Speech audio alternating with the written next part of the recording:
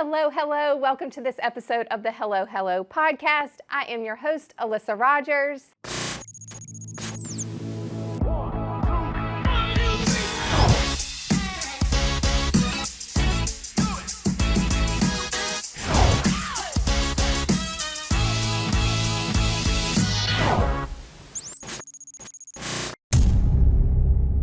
Look at who I have today. Look at where we are today.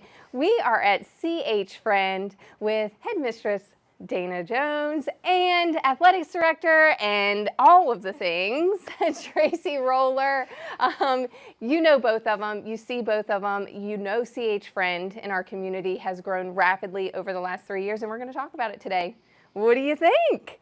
Thank you for being here. Thank you for having us. Yes. Thank you. Yes, I'm very excited to be here because this place has a special place in my heart because Riley is thriving here because of the amazing staff and the amazing programs that CH Friend offers. And I want to share it all with the community. And if you are looking for a place to send your children next year for school, there is an opportunity here. So we're going to talk about it. Let's get started with Ms. Jones. Tell us, this has been a journey over the last 3 years. You are getting ready to complete the third year here at CH Friend. Oh, that's hard to believe. How are you feeling? It's really hard to believe. Yep. 3 years ago during the summer, when we found out we had 67 days to open a school, we really didn't think that was possible, but God just orchestrated everything. And that has been the ongoing just rhythm of what happens. Yes. It really is. 67 days. Let's go back. Let's go back 3 years. 67 days. What does that look like? And what was the feeling? Take yourself back to the feeling of when you first opened the doors.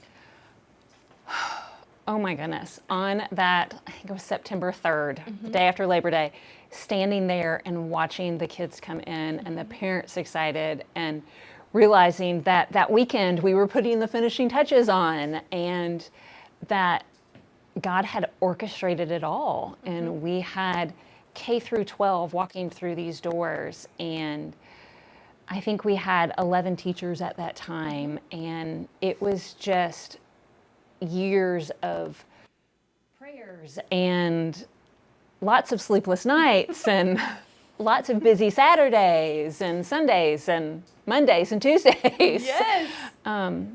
But it was just everything coming to fruition, and it was incredible. It is. And what was the enrollment the first year?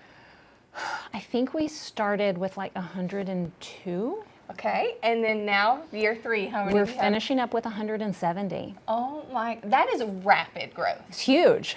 Rapid growth in such a short amount of time. And thank you for everything you've done. And I know that it takes a lot of people to make this happen. And so you've gone from 11 to now how many? We've got 24 full and part-time staff. Phenomenal. And every single one of them cares about the children, the programs that you have, and we're going to talk to Tracy about a lot of the programs that are now being offered here at CH Friend, and I know that's a question that a lot of parents have. Tell us a little bit about the curriculum. So we were very, very strategic when we were choosing our curriculum. Being a Christian school, we really wanted it to be education first with biblical studies and faith, integrity, all of that intermingled throughout the curriculum. So for our pre-K through second grade, we use the UFly curriculum, which is the University of Florida Learning Initiative, which is very phonetic based. So it really teaches the kids the ins and outs of the English language and gets them to a point of being great readers and phenomenal spellers. Oh, yes. Which is incredible. I wish I knew all of those rules and could actually spell, but I can't. And then as we start getting older, for our elementary, we use the Saxon and IXL math. We wanted our curriculum to be very pen to paper. So all of our students starting in third grade have textbooks. And we actually found old textbooks from the late 90s, early 2000s, when textbooks were pure and when education was very effective. Mm-hmm. And we went back to that. And that goes all the way up through our high school. Mm-hmm. The only Christian curriculum that we use is in our science, because science can get a little dicey. We use the BJU Press curriculum for science, but everything else is your typical public school textbooks back from the late 90s, early 2000s, because we really stand on the premise that our kids can't defend their faith if they don't know what their faith is. Mm-hmm. So we don't omit the things like the world being 400 million years old. We talk about how that lines up with the Bible and what that can be there. Awesome. And you know, Tracy, I'll go to you over here. Yeah. Athletics is huge, yes. And you have been able to bring that, help bring that to yes. CH Friend. So when did you start? So I came on with CH Friend. I think I had the conversation with Dana last April or something. It was a thing. I was just kind of trying to figure out my way of what I wanted my life to look like, what my kids' lives look like. My husband traveled a lot with work, and it was just trying to find that balance. And I randomly came to her and was like, hey, do you have a PE position open next year? She's like, actually, yes. Never have I done PE, but, you know, I've always been a huge sports participant and everything. So I was like, I think I can do this. And so I mulled it over with my husband, and then I think it was in the interview, Dana's like, and oh, by the way, we need somebody to like run the athletic program. You can do that too, right? And I was like, yeah, sure. You know, thinking maybe a few games, like what sports do they even have here? I knew volleyball and basketball.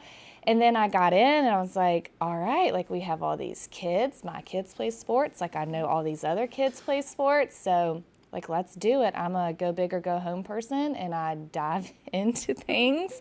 I can tell. And bring everyone down with me and just get everyone to help. And so I came on and was like, okay, what are we working with? I knew we had volleyball. That was established. And then there were some talks of some kids that wanted to play soccer. So we decided that we were going to have a co-ed soccer team. And we did that, and we played at a varsity level. Should we play at varsity level? No, but we had kids that ranged from 5th grade to 12th grade, so we just wanted to give them that opportunity. So we had that last year, but next year we're going to divide that, and we'll actually have middle school boys soccer and then varsity boys soccer. So we'll have 2 teams for that next year. Awesome. So we worked through that fall season, then came to winter, and we were going to try to have a girls basketball season, but that didn't really pan out. We had girls interested, but I think they got very intimidated when it came time to get jerseys and games. They're like, oh my gosh, like this is something brand new. We're not sure we're ready for this. So we kind of let that fold, and we stuck to our middle school and varsity basketball, which they did exceptionally well. We had great coaches come in, and we're going to continue to grow there next year. We have kind of partnered up with the 434 Supreme that's here in South Boston. We have their head coaches coming in. They're actually running conditioning now already, and they go to Adams Fitness for weightlifting. So we have built that community relationship with other people here, not just our school, to bring them in. Then for the springtime this year, we had varsity softball, which we had softball last year, and they did exceptionally well. And I said, well, we can't have softball without baseball, so let's start up a baseball program too. So then I got really in over my head. But we revamped the whole CH Friend field. It was completely covered in grass. The scoreboard didn't work. The bathroom and concession stands were just untouched, and quite honestly, they didn't even know where the keys were. They were just kind of like, I don't know, like somebody had them. And we were able to track those down, unlock everything, get the field in working condition through many, many months of labor and love. We had people come paint everything. We put up temporary fencing out there for the boys and the girls. It's kind of a split because that field was way too big for softball. So we brought it in some for softball and made it a tad short for baseball, but not to a point that it was noticeable. And so we were able to be, I would say very successful in all of our sports this year. And we hope to continue to grow next year too by adding in cheerleading. So that was been a request this Yay. year. So we will have cheerleading for the boys basketball next year. That's so exciting. And a lot of what I'm hearing is community. Yes. This, Huge. I mean, every single thing that you have done here has been a community effort, I feel like. Yes. And so talk to us about that and what the community has done to make CH Run what it is today. Oh goodness, what has the community not done? Yeah. Everything from that very first summer, we had numerous people, numerous businesses come in and help with the renovations. We had, 19 sponsors for sports this year Yeah, throughout the that's tons. community. And they're still coming in. And they're Like, still people are coming in, like, yes. hey, how do we get our name on your outside fence? Like, we want to be a part of it. We have so many volunteers that come in, whether it's reading to the kids or coming in and doing art. We had several come in. Our upper school kids do electives 1 day a week, and Adams Total Fitness came in and taught our girls self-defense. We've got some local artists that have come in and are teaching our kids art. And music. Several local musicians coming and doing the exact same things, just pouring into these kids. I mean, I feel the love, and I mean, it starts with you guys, though. It starts with people like you saying, okay, I'm going to come in and we're going to make this great and we're going to figure this out. And what does that look like when you are looking to add a new curriculum or a new program? How does that happen? Is it just a conversation and it's like, okay, let's do this? I mean, that's how a lot of things happen. I mean, that's kind of how I live. Yeah. So in all reality, yes. So it is, we have some amazing staff. We've got several retired teachers that we're done teaching within the public school system, but we're not done with their heart and their passion of teaching. And so coming in and using their expertise to figure out curriculum, jumping in with both feet, you know, hey, we're going to do soccer this year. Okay, we're going to do soccer. We've got the kids. Oh, we've got to buy nets and goals. And, you know, it's, hey, we've got volleyball. You know, Tracy has talked to everybody in this town. The middle school donated a new volleyball net system. That was really cool to see the support of the public school as well. Because volleyball we had off-site last year. We didn't have a gym for it, and that was a crazy God thing of how we got this floor. I remember talking to Dana. I was like, hey, we really need to have volleyball here. Like, we have this gym. Why not? And then it was like, oh, gosh, like, what do we do with the floor? Like, the floor's just cement from where they took everything up. Shirley can't play volleyball. Randomly got on the internet one day and was just like, temporary volleyball floor, like very broad Google search, led me to this man out of Blacksburg. Nice. And I was just like, okay, let me reach out to him. And I was like, hey, it says like you make this flooring, you know, I'm sorry, not Blacksburg. He was out of Williamsburg. And I said, you make this flooring, like, tell me what it costs. And he was like, oh, give me your measurements. He was like, you know, like $25,000. And I was like, yeah, okay, great. Like, that's not happening right now, but appreciate you. You're doing a great thing. And he called me back like 2 minutes later. He was like, hey, like, I just thought about something. I have a volleyball team in Blacksburg that bought this flooring from me. It was for a travel team. And they rented a space, but their space, they no longer need it, so they took up their flooring. They had 2 floors, but they're in warehouse now. Do you want me to reach out to them and see if they'll sell it? I was like, okay, yeah, like this is coming together. That sounds pretty cool.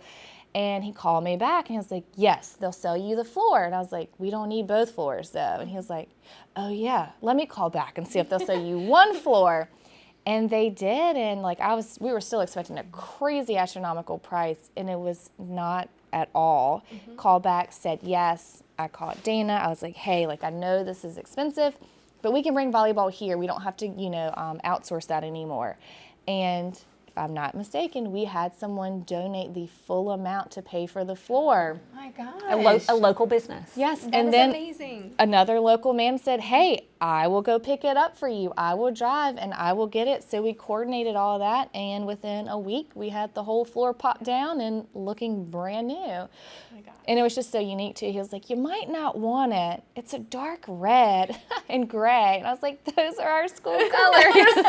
Meant to be. Yeah, it was like, how weird. So it worked out beautifully. And then, like she said, we had a donation from the middle school of the poles and the net that they no longer used. And he was like, hey, like, we have no use for this. Would you like to come get them? And sure, yes, we'd love that. So that really worked out. That was a huge help from the community. And I mean, same for the soccer and the softball and baseball field. It was just the community coming together and saying, we love that you're doing this. What can we do to help? Like we had Adam Zirkle with GeoCuts make some stuff for us.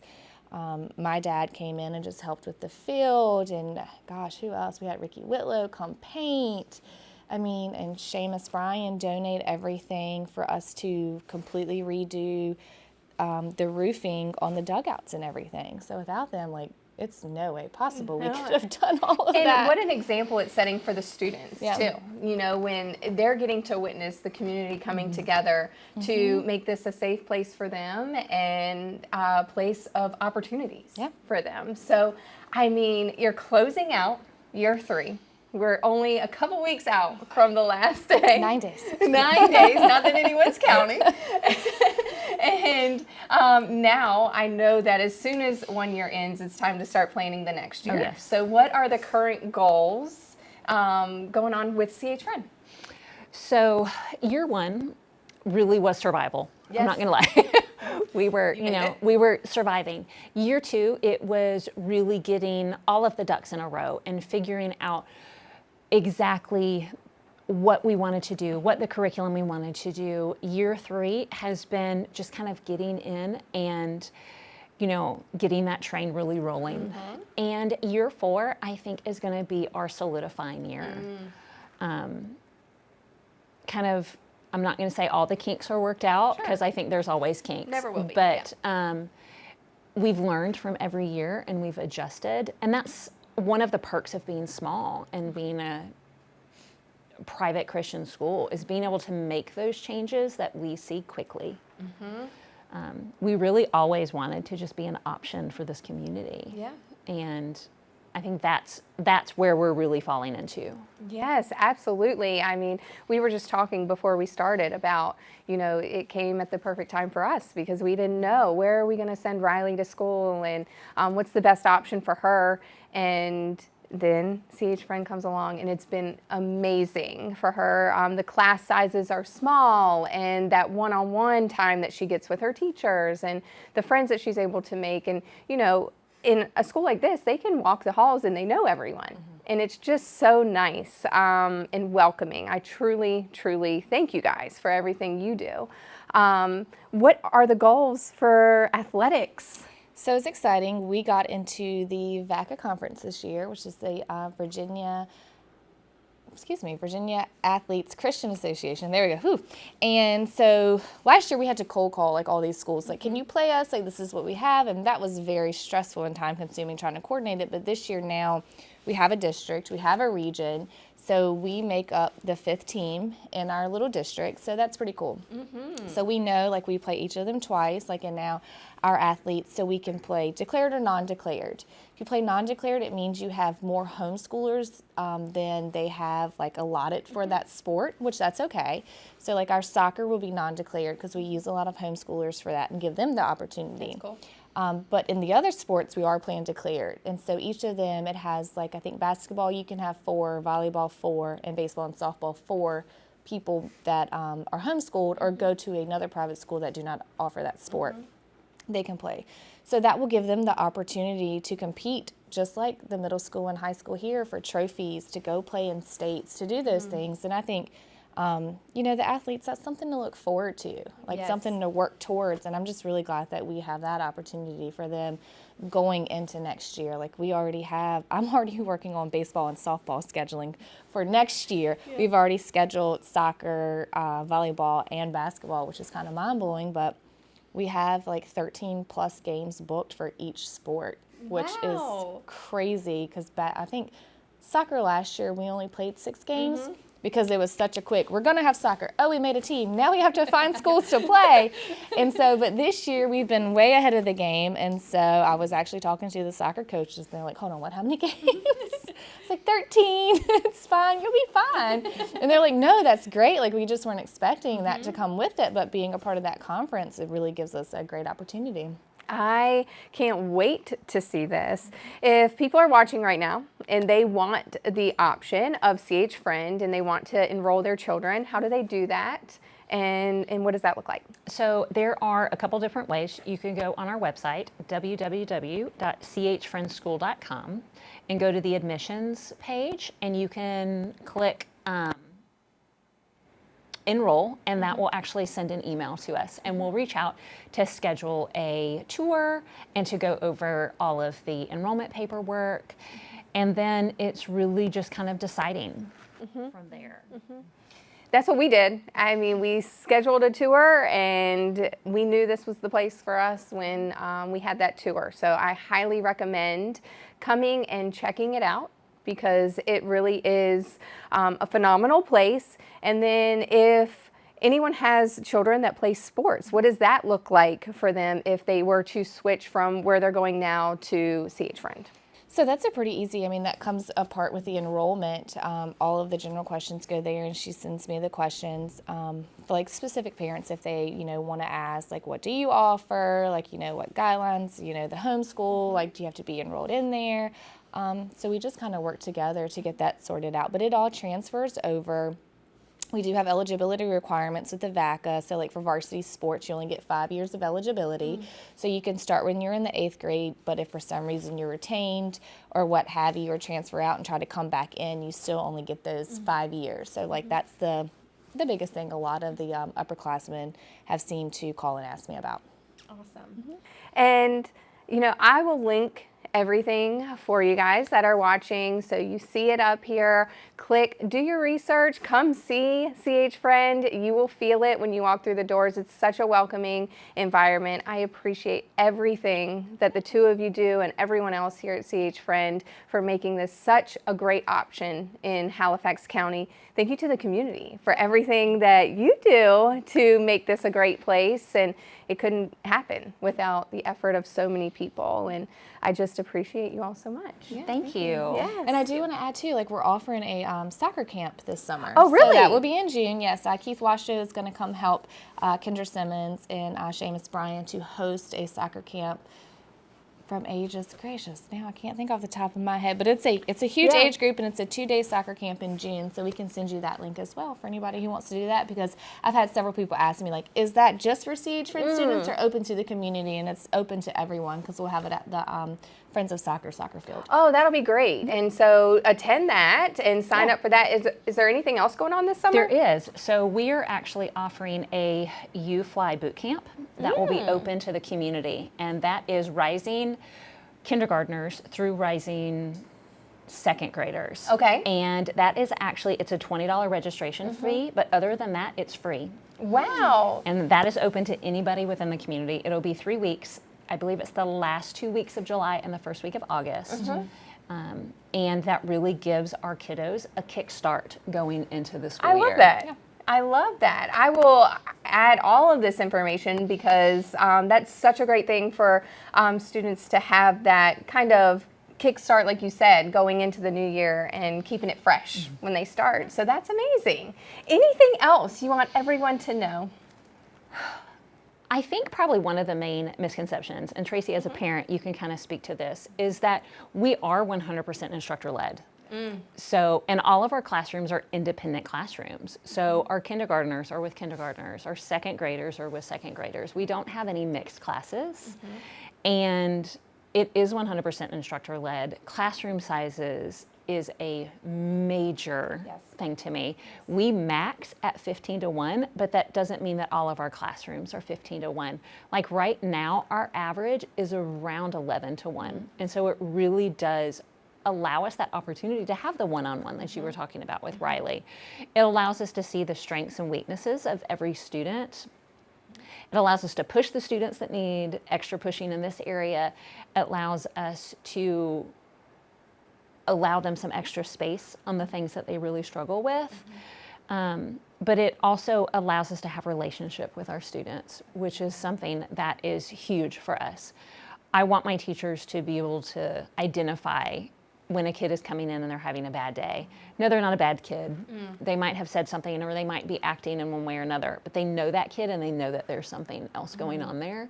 So I want my teachers and they can only do that with the small class sizes. If you have a 25 or 30 to 1, it really is the loudest voice wins. Very true. And I can feel that.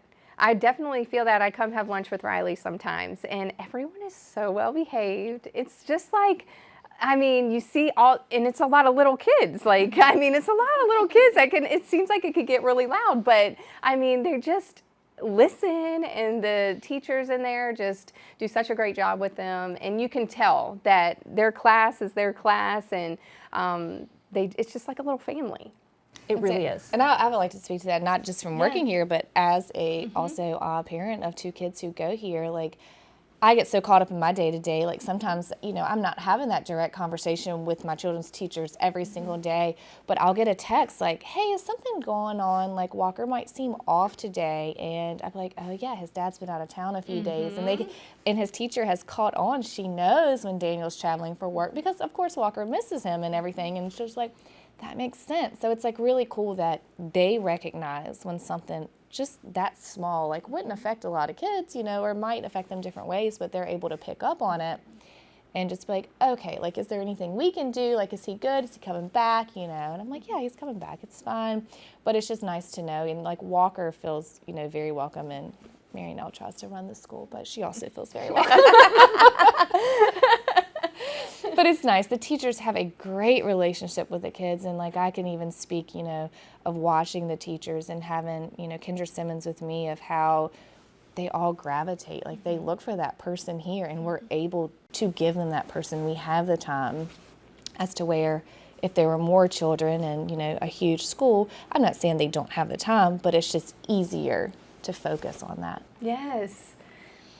I mean, And that's something, as we continue to grow, like that's something that we won't lose.